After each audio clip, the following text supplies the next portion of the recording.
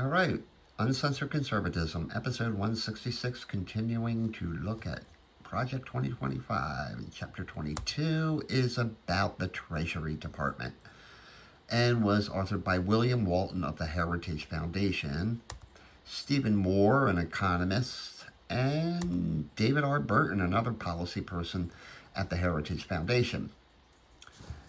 The chapter leads off by noting that the Biden administration's economic policies led to the worst inflation in 40 years, which is a statistical fact.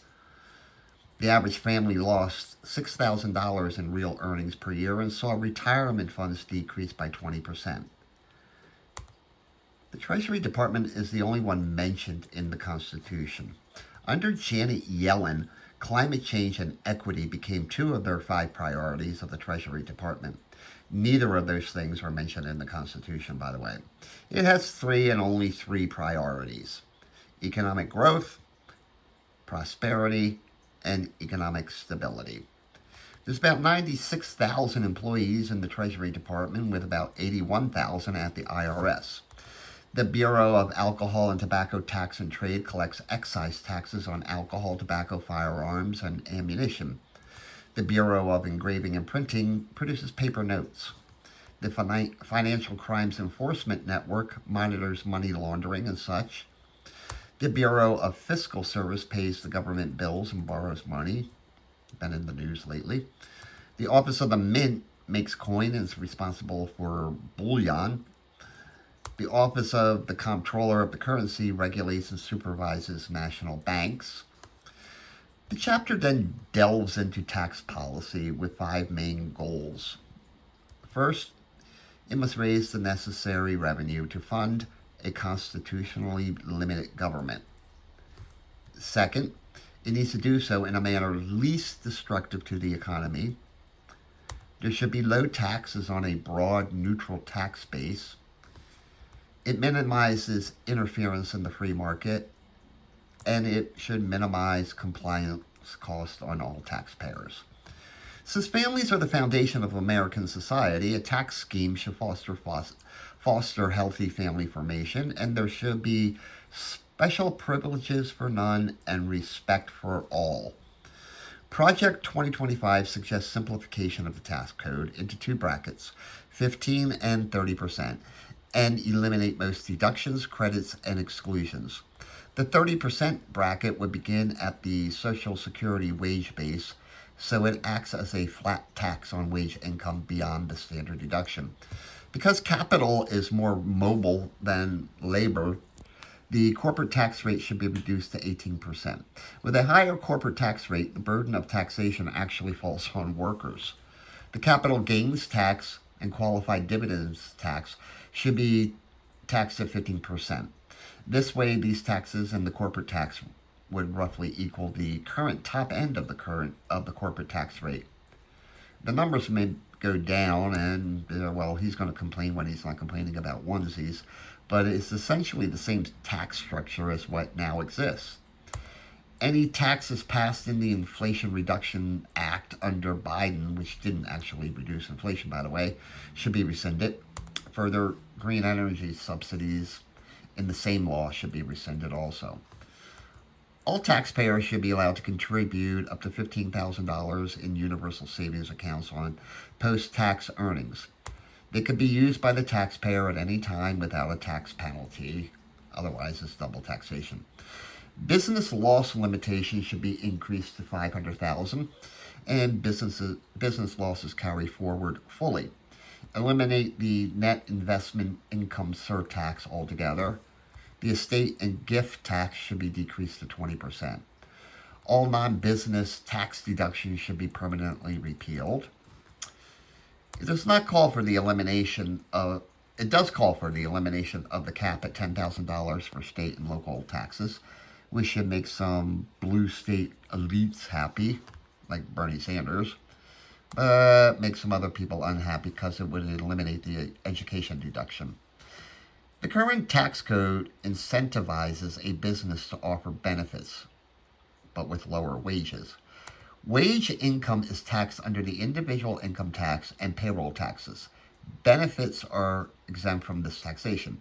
Hence, No more than $12,000 per year per full-time employee or its equivalent should be tax deductible for a business, and that should increase wage growth. Employee benefit expenses would apply to all benefits except tax-deferred savings accounts like a 401k. There are options to an income tax also to consider, like a consumption tax that could take a form of a national sales tax, or a business transfer tax or cash flow tax. Project 2025 suggests that Congress adopt a supermajority requirement to raise taxes like many states now require. Now, tax competition between states and countries is actually a positive force for both liberty and smaller government. Biden and Yellen were in favor of an international corporate tax scheme. We should never outsource tax codes or policy to the international community. The United States provides 20% of the funding for this, the Organization for Economic Cooperation and Development. They become an organization dedicated to climate change hysteria and international wealth redistribution, and we should just reconsider our membership in it. Remember those additional IRS agents Biden wanted? Ain't happening, folks. Nor is that cumbersome $600 reporting figure, which would be an intrusion on the personal liberties of practically every American. In the past decade, the IRS has spent $27 billion on IT upgrades, and they still suck at the job. The IRS is quick to charge interest on underpayments by you, the taxpayer, but not so on overpayments by you, the taxpayer. This should be reciprocal and equalized. Complying with the tax code costs $400 billion annually. That's 2% of our GDP. In 2021, 261 million tax returns were completed and over 4.7 billion pieces of supporting documentation. These compliance costs are seldomly noted, and the IRS is grossly incompetent by overestimating expected revenues. Especially hurt are small businesses who are burdened to a greater degree than a multinational corporation with their bevy of accountants and lawyers. Instead of hiring more IRS agents, Project 2025 says we need greater taxpayer advocacy and suggests an additional $44 million to that office. And of course, all diversity, equity, and inclusion ideology needs to go. Now, since money flows internationally, it is imperative that adversaries like China and Russia are thwarted from using international protocols that further identity theft. Although it notes problems with the IMF and World Bank, Project 2025 suggests first attempting reforms within a time limit, and if they fail, then just pull out of them. Of course, a balanced budget through targeted spending decreases would go a long way to correcting the economic ship's course. This may be the first year that the Heritage Foundation has not argued for a balanced budget amendment. I guess even they gave up on that. We could reduce payments on the national debt by locking in low interest rates on longer-term bonds or even issue a 50-year Treasury note. When it comes to international competitiveness, CFIUS must have a greater bite to punish those who take advantage of our economic system, and I'm looking specifically at China here.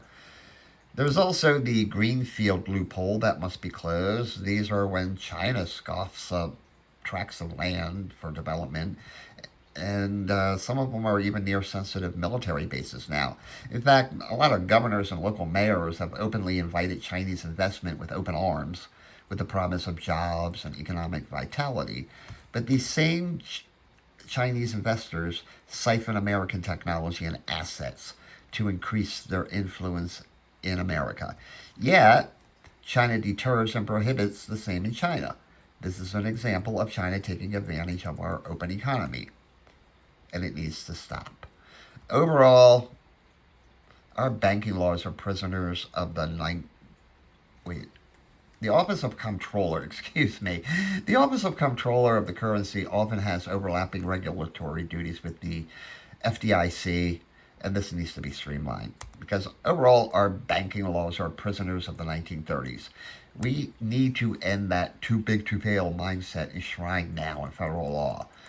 While they are more tightly regulated now than the smaller, I guess, let them fail banks.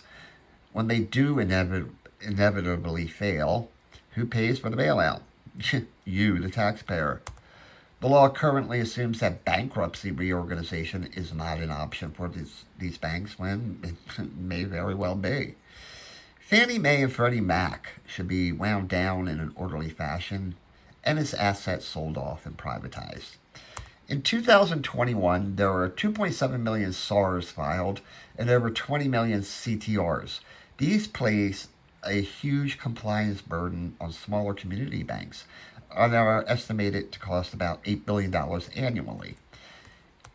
Additionally, they rarely catch actual bad guys and deter financial crime. Hence, the Corporate Transparency Act should be repealed, since it largely targets small business with less than 20 employees and does nothing to impede financial crime.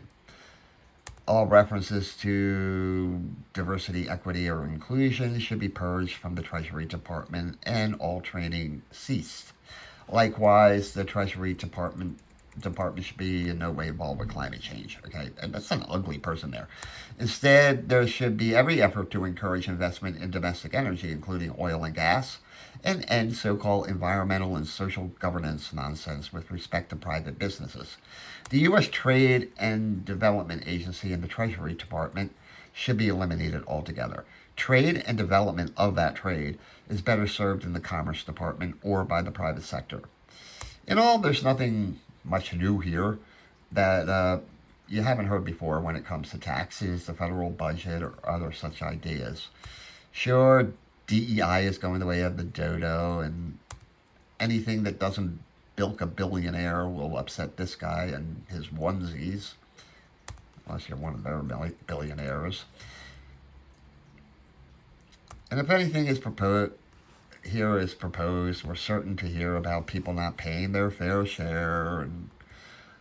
But more money in the pockets of every American is a winning message. I don't care a shit about how much Elon Musk makes or Jeff Bezos. What I care about are my bills and my money.